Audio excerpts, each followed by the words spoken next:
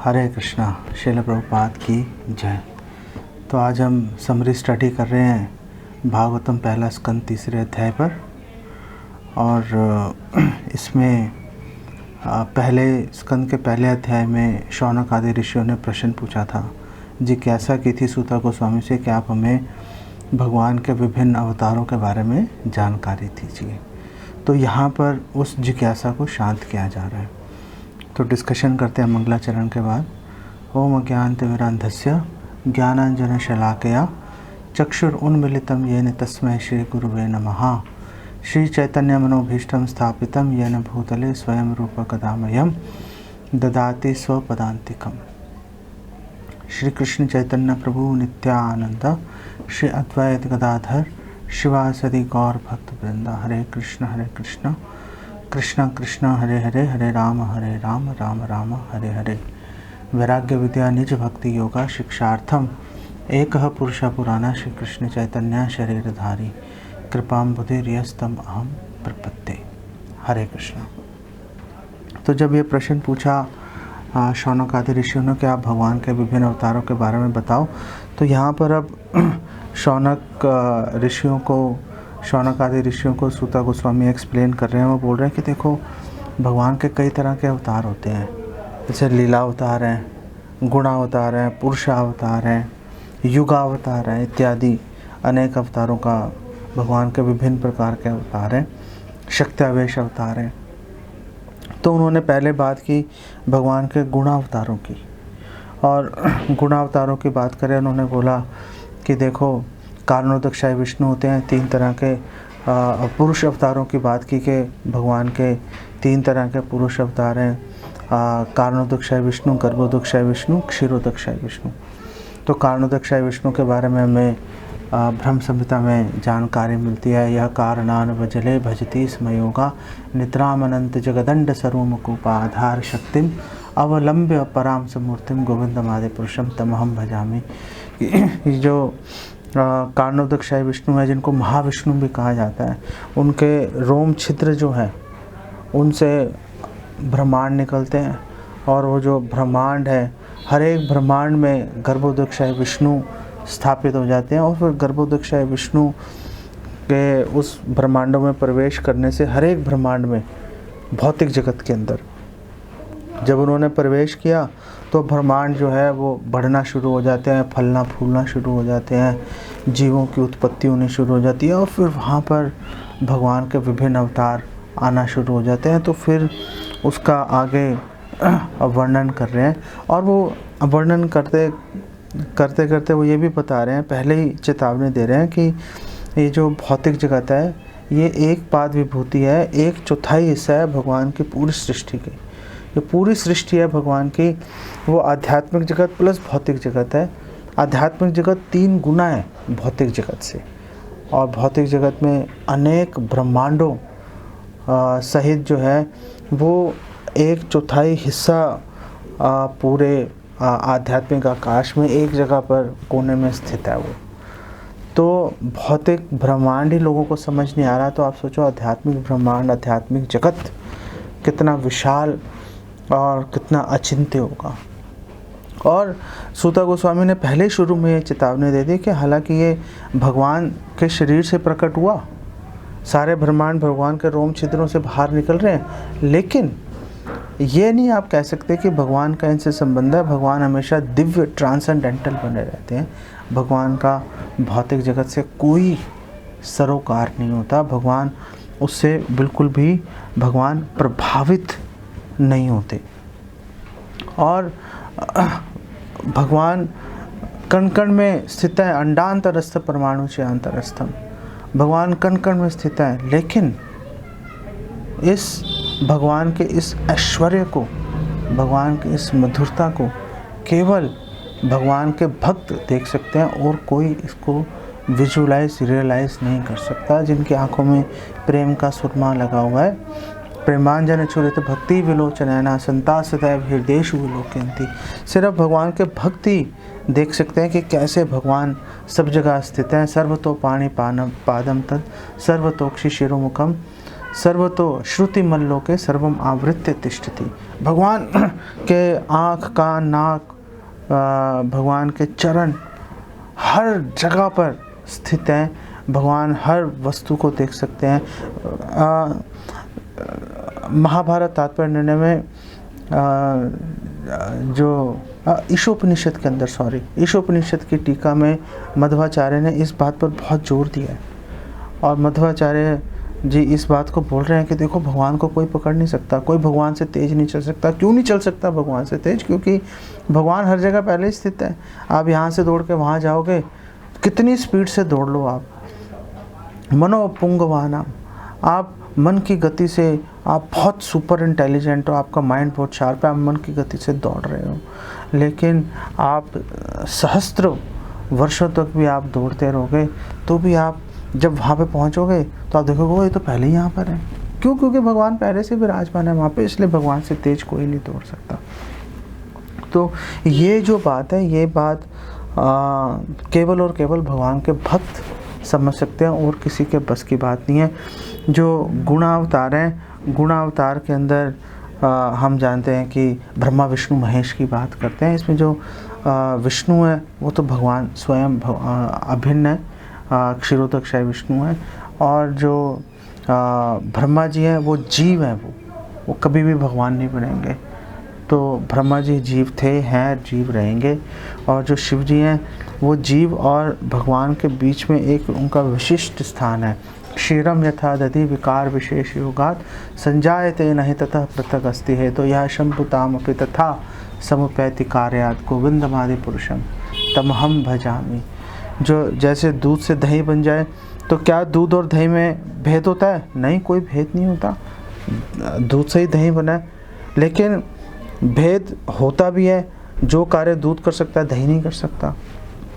तो ऐसे ही दूध भगवान कृष्ण, भगवान विष्णु हैं, और जो दही है वो शिव जी हैं, क्योंकि भौतिक प्रकृति का, माया का संग करते हैं। तो जैसे दूध में खटास डालने से दही बन जाता है, ऐसे माया का संग करने से शिव जी हैं। और शिव जी कभी भी भगवान के समान नहीं होते, लेकिन वो जीव तत्व भी नहीं है, उनका अलग एक शंभु शिव तत्व है उनका। ये बात हमें समझ लेनी चाहिए। और जो ब्रह्मा जी हैं, ब्रह्मा जी के अंदर 72 या 78 जो गुण हैं भगवान के, वो पूरी तरह से उनके अंदर ब्रह्मा जी में रहते हैं। वो सर्वोत्तम जीव हैं ब्रह्मा जी। 78% गुण जो हैं वो उनके अंदर ब्रह्मा जी में मिलेंगे, लेकिन कभी भी वो भगवान की बराबरी नहीं कभी कर सकते। और ब्रह्मा जी समेत सभी जीव जो हैं हमेशा अणु बने रहते हैं, और भगवान विभु हैं। और अणु अणु रहेगा, विभु विभु रहेगा।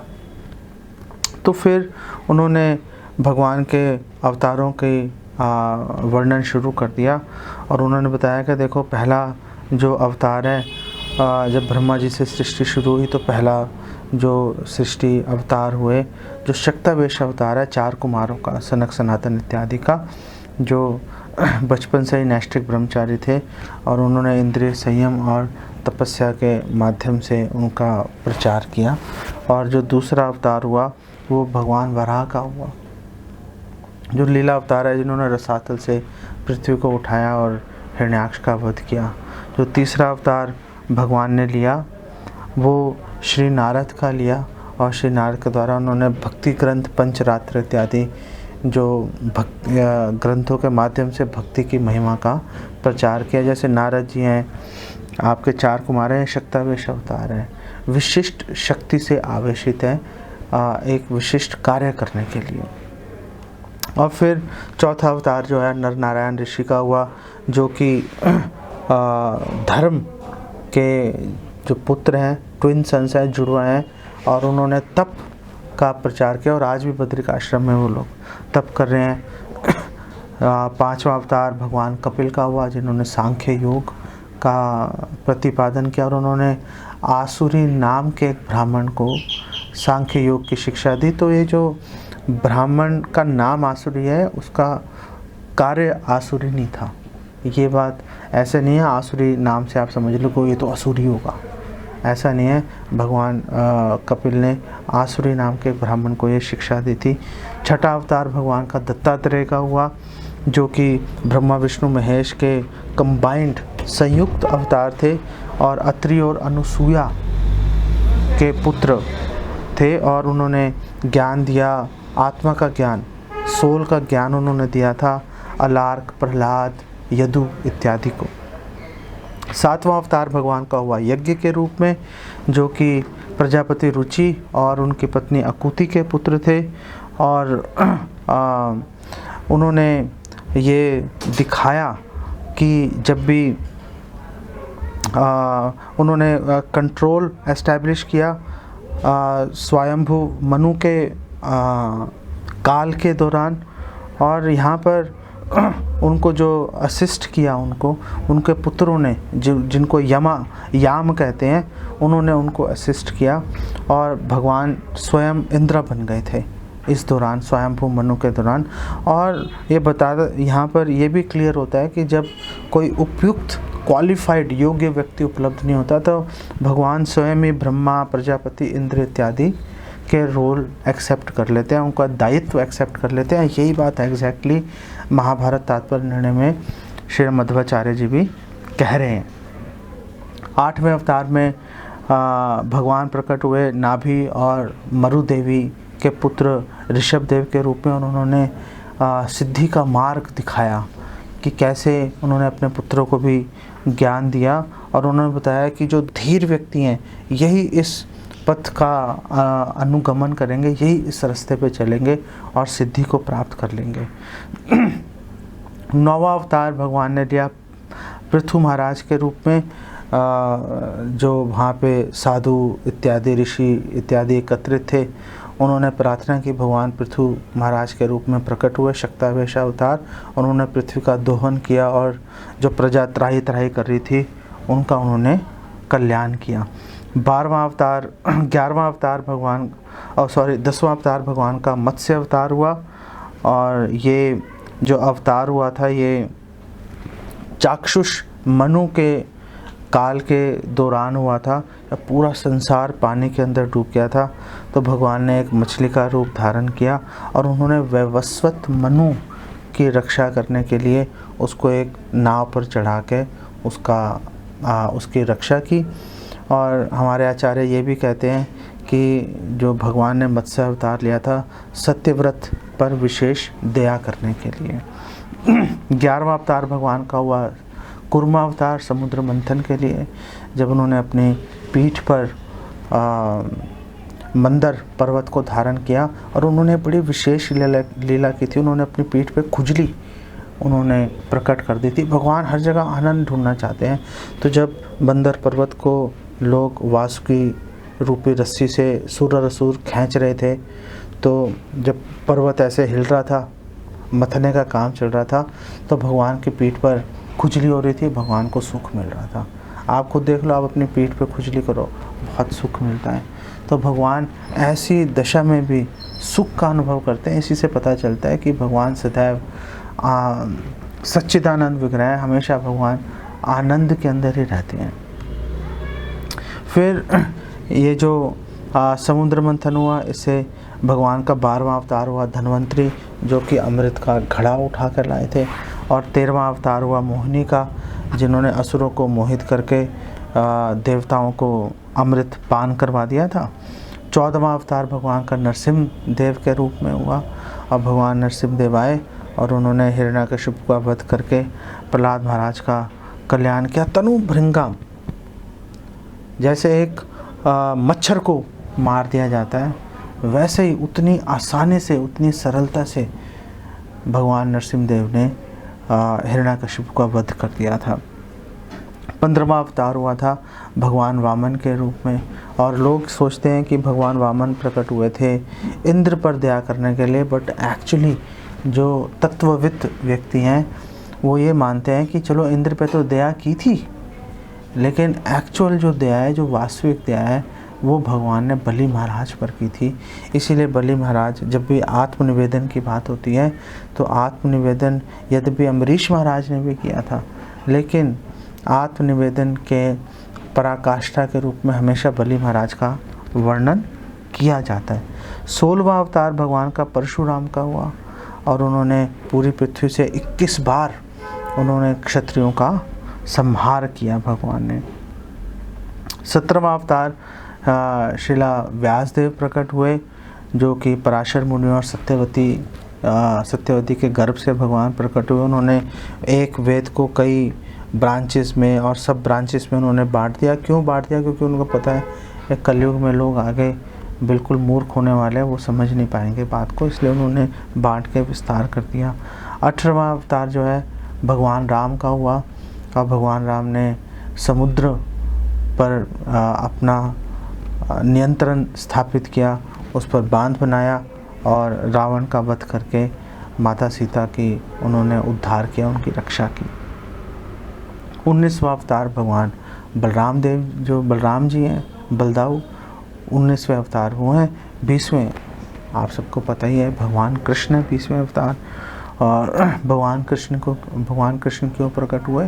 तो भगवत गीता में बता रहे हैं कि परित्राणाय साधूनां विनाशाय च दुष्कृतां धर्म संस्थापनार्थाय संभवामि युगे युगे। भगवान प्रकट होते हैं असुरों का विनाश करने के लिए, जो भक्त हैं, जो साधु हैं, उनका उद्धार करने के लिए और धर्म की स्थापना के लिए भगवान कृष्ण अवतरित हुए थे। 21वां अवतार जो है वो भगवान बुद्ध हुए, अंजना के पुत्र, जो गया डिस्ट्रिक्ट में भगवान प्रकट हुए थे और उनका कार्य था असुरों को विमोहित करना। 22वां अवतार जो अभी होगा, 22वां अवतार जो ये भगवान बुद्ध का अवतार जो है, यहीं से पास्ट टेंस से फ्यूचर टेंस में आ गए थे।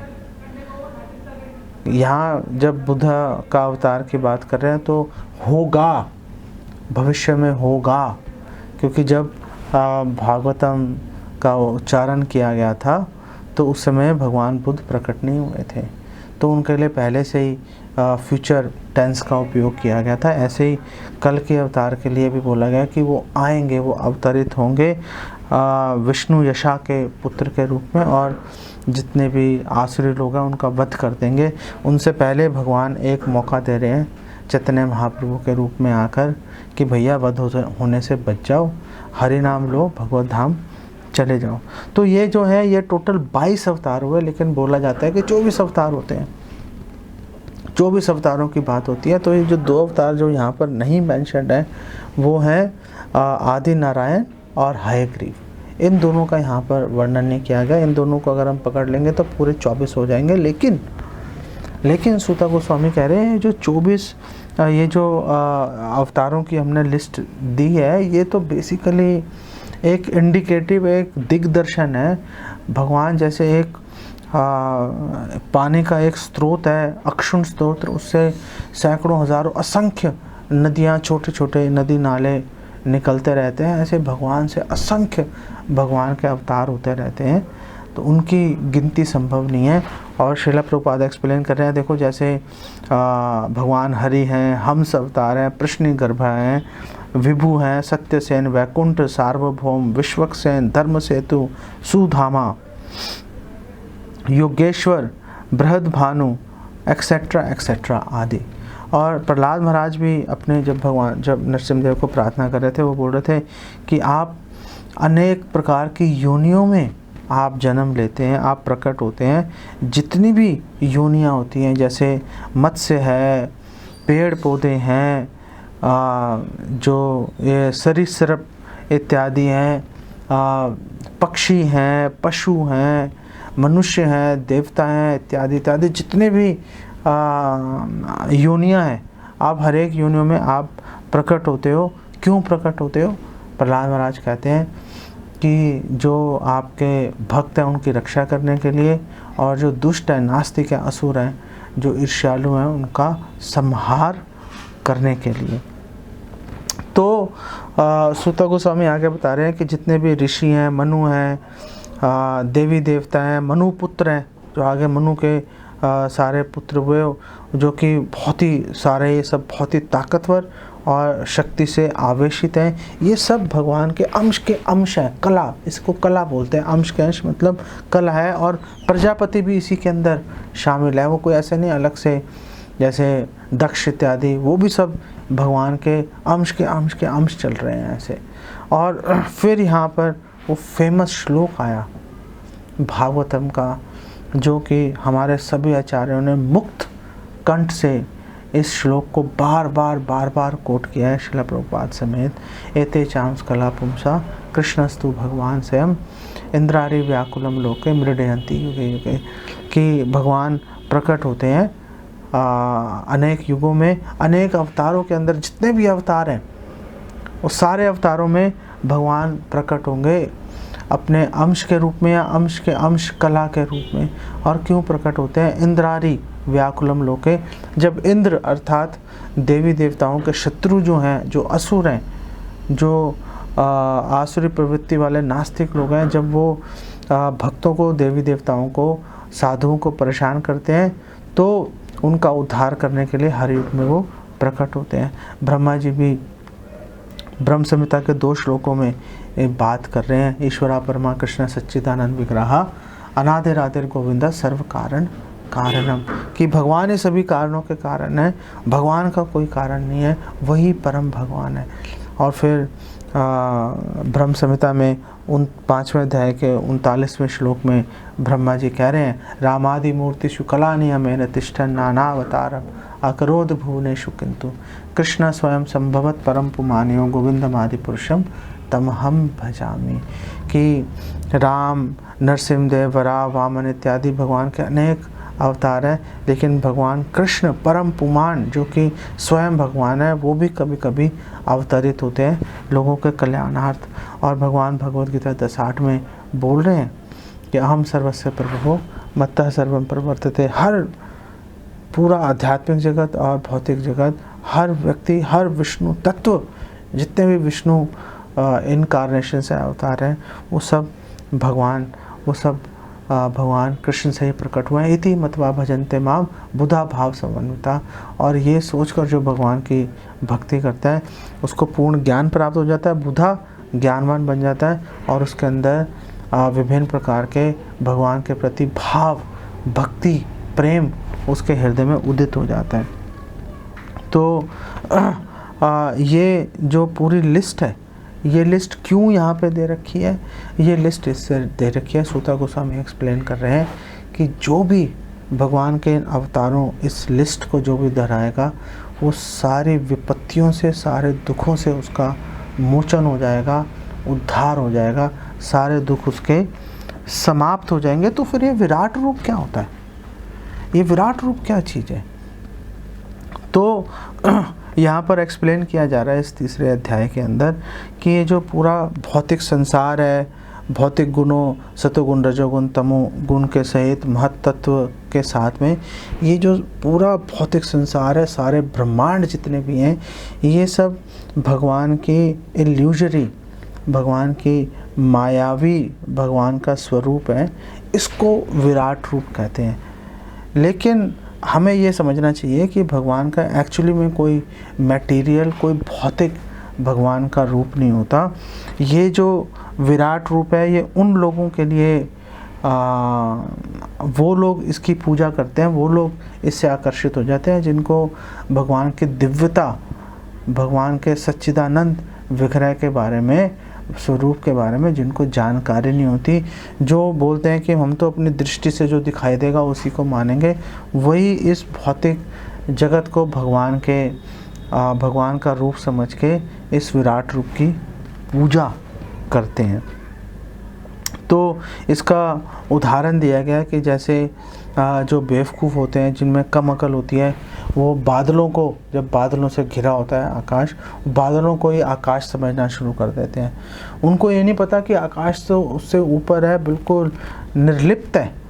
आकाश का बादलों से कोई सरोकार, कोई लेना देना नहीं है, लेकिन वो सोचते हैं कि ये बादल ही आकाश है। ऐसे ही जब आंधी उड़ती है तो जो धूल के कण हैं, जो हवा उठा के लेके जा रही है वो धूल के कणों को ही लोग हवा समझना शुरू कर देते हैं। इसी प्रकार से लोग भगवान के विराट रूप है, भौतिक मायावी जो रूप है, जो कि टेम्परेरी है, जो कम अकल लोग हैं वो उसको भगवान का स्वरूप समझना शुरू कर देते हैं। वास्तविकता कुछ और चल रही है। तो ये समझना चाहिए कि भगवान अजन्मा है, भगवान दिव्य हैं, भगवान सभी सूक्ष्म और स्थूल पदार्थों से भगवान परे हैं। भगवान क्या है, जीव भी खुद जब स्थूल और सूक्ष्म पदार्थों के परे है तो फिर भगवान का तो कहना ही क्या। और जीव कैसे परे है सूक्ष्म और स्थूल पदार्थों से, तो इस तीसरे अध्याय के 32वें श्लोक में बताया गया है, क्योंकि जीव बार बार जन्म ले रहा है, मर रहा है। अगर वो सूक्ष्म और स्थूल पदार्थों से अगर ऊपर नहीं होता जीव, तो फिर तो जब शरीर ख़त्म हुआ तो साथ में उसका अस्तित्व भी ख़त्म हो जाना चाहिए था। तो इससे पता चलता है कि अलग अलग चीज़ें हैं, और जब जीव के पास ये गुण है तो भगवान का तो कहना ही क्या। और इसीलिए 33वें श्लोक में बोला गया, यत्रे में सद असद रूपे प्रतिषिद्धे स्वसंविदा अविद्यात्मनि कृते इति तद ब्रह्म दर्शनम। और जब एक व्यक्ति ये बात समझ लेता है कि जो स्थूल और सूक्ष्म शरीर है उसकी आत्मा से कोई लेना देना नहीं है, तो इसको बोलते हैं कि ये अब आत्मज्ञानी बन जाता है। एक कैसे होता है, उसके लिए जो जड़ है अविद्या, उस पे प्रहार करना पड़ेगा, अविद्या का नाश करना पड़ेगा, अविद्या को ख़त्म करना पड़ेगा गुरु परंपरा के माध्यम से, शास्त्रों का अध्ययन करके। और जैसे जैसे ये अविद्या घटेगी वैसे वैसे भगवान की कृपा जो है अधिक से अधिक व्यक्ति को अनुभव होने शुरू हो जाती है, और उससे उसको आत्म साक्षात्कार हो जाता है। आत्म साक्षात्कार का मतलब है कि व्यक्ति खुद को भी देख लेता है और भगवान को भी देख लेता है और आपसी संबंध भी देख लेता है। यही कारण है, इसी कारण से अविद्या को घटाने के लिए, भगवान की कृपा प्राप्त करने के लिए, ताकि सभी जीवों का कल्याण हो सके। जो बुद्धिमान लोग हैं, भूरिदा जना, जो समझदार लोग हैं, जो उदार हृदय लोग हैं, वो भगवान की दिव्य लीलाओं का, भगवान के नाम रूप गुण लीला का मुक्त कंठ से जो वर्णन करते हैं, वो भगवान जो षड ऐश्वर्य पूर्ण है, जो अजन्मा है, जो सारे भौतिक ब्रह्मांडों का सृजन करते हैं, पालन करते हैं, और समय आने पर उनको नष्ट कर देते हैं, और वो उससे बिल्कुल भी कभी भी प्रभावित नहीं होते, क्योंकि भगवान हमेशा अभिज्ञ स्वराट है, भगवान हमेशा पूर्णतः स्वतंत्र रहते हैं। इसीलिए भगवान का एक नाम अमोघ लीला भी है।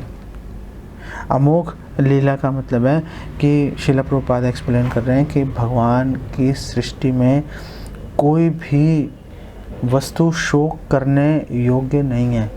किसी भी वस्तु के लिए आप शोक नहीं कर सकते। हर वस्तु सुख पहुंचाने के लिए, कैसे सुख पहुंचाएंगे, भगवान की सेवा में नियोजित कर कर। लेकिन कई लोग ऐसे होते हैं, आसुरी प्रवृत्ति के लोग, वो पूरे संसार में उपद्रव फैला देते हैं, और श्रील प्रभुपाद कहते हैं कि वो संसार का तो कुछ बिगाड़ नहीं पाते, अंत में खुद ही अशांत और दुखी होकर उनका अंत हो जाता है। जो मूर्ख है वो इन बातों को समझ नहीं सकते। वो कैसे समझेंगे? भगवान कृष्ण की सेवा में नियोजित होकर। भगवान कृष्ण की सेवा हम कर सकते हैं हरे कृष्ण महामंत्र का जप करके। हरे कृष्णा कृष्ण कृष्ण हरे हरे, हरे राम राम राम हरे हरे। भगवान कृष्ण के नामों का जप कर लिया, आपने ग्रंथों का अध्ययन कर लिया गुरु परंपरा के माध्यम से, और आपने भगवान की कोई प्रैक्टिकल सेवा में आप जुड़ गए। और चौथा जो महत्वपूर्ण कार्य है कि आप गुरु और वरिष्ठ वैष्णव की सेवा कीजिए, उनकी प्रैक्टिकल सेवा भी कीजिए, और परिप्रश्न सेवा, उनसे प्रश्नों के द्वारा भी आप जानकारी प्राप्त करें।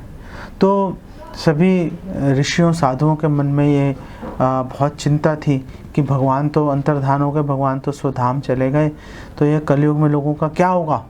तो इसके लिए बहुत ही फेमस श्लोक है भागवतम 1:3:43 43वां श्लोक।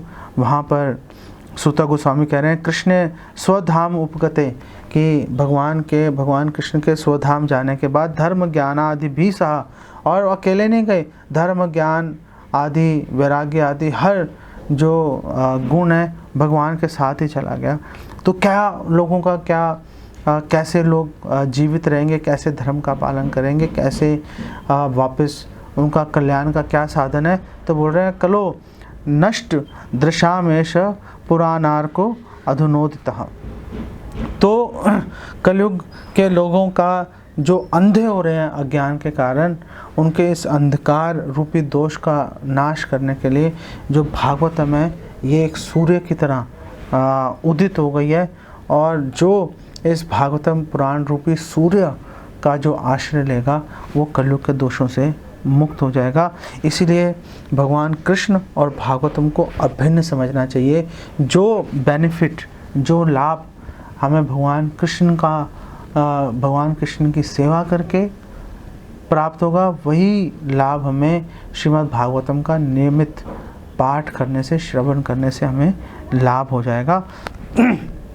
तो ये जो भागवतम है ये कैसे सुननी है, इसका भी इसी चैप्टर में आखिरी में बिल्कुल उल्लेख किया गया है कि व्यासदेव ने ये नॉलेज जो है शुकदेव गोस्वामी को दी। शुकदेव गोस्वामी ने ये नॉलेज आगे परीक्षित महाराज को दी, और जब परीक्षित महाराज को दे रहे थे तो वहाँ पर सूता गोस्वामी भी बैठे थे, उन्होंने भी सुन लिया था। तो इसका मतलब है कि ये जो ज्ञान है, ये ज्ञान हमें हमेशा गुरु परंपरा से सुनना चाहिए। चाहे कोई कितना भी बढ़िया वक्ता क्यों ना हो, कितना ही सुरीला उसका कंठ क्यों ना हो, कितना ही मनमोहक प्रवचन क्यों ना दे, भरे पड़े हैं हिंदुस्तान के अंदर, उनसे मत सुनना कभी भी।